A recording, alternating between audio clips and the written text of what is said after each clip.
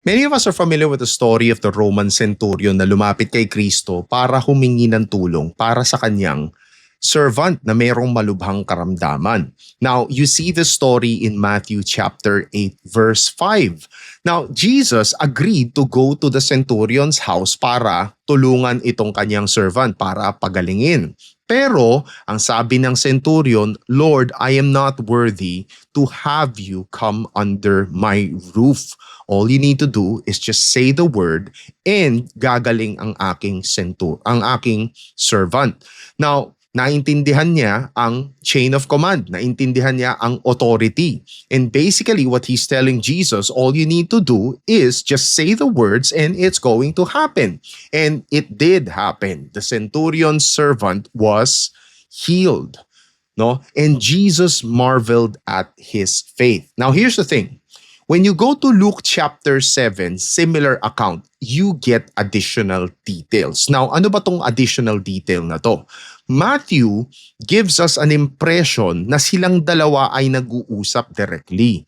But when you go to Luke, makikita mo dito, ang mga mensahe ng Roman centurion is through different people. In fact, the first time is dumaan ito sa bibig ng mga Jewish elders. And the reason is because he felt so unworthy na lumapit kay Kristo para humingi ng tulong para sa kanyang servant. He doesn't see himself worthy. That's the reason dumaan siya sa Jewish elders, no? And they also have this law na bawal or it is unlawful for a Jew to visit a Gentile sa kanyang pamamahay. So naiintindihan niya ito. Naiintindihan niya that Jesus was a Jewish rabbi. He calls him master. He calls him Lord. So hindi niya nilapitan si Kristo, nahihiya siya. He sees how low he is kumpara kay Kristo. And by the way, let me just remind you that he is a Roman centurion.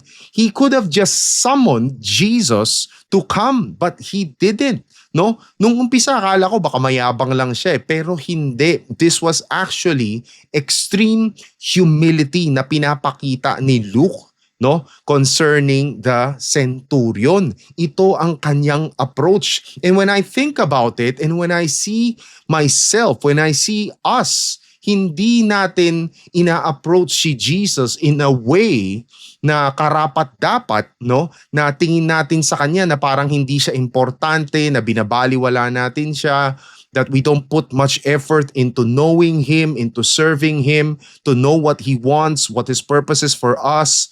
No, this really puts us in shame, no? Nakakahiyang isipin that we call ourselves Christians, we call ourselves followers of Jesus when we don't even understand, no, the kind of awe, reverence, and respect that he truly deserves, no? And I hope this story will somehow renew yung ating pananaw kay Kristo, no? And with that, God bless.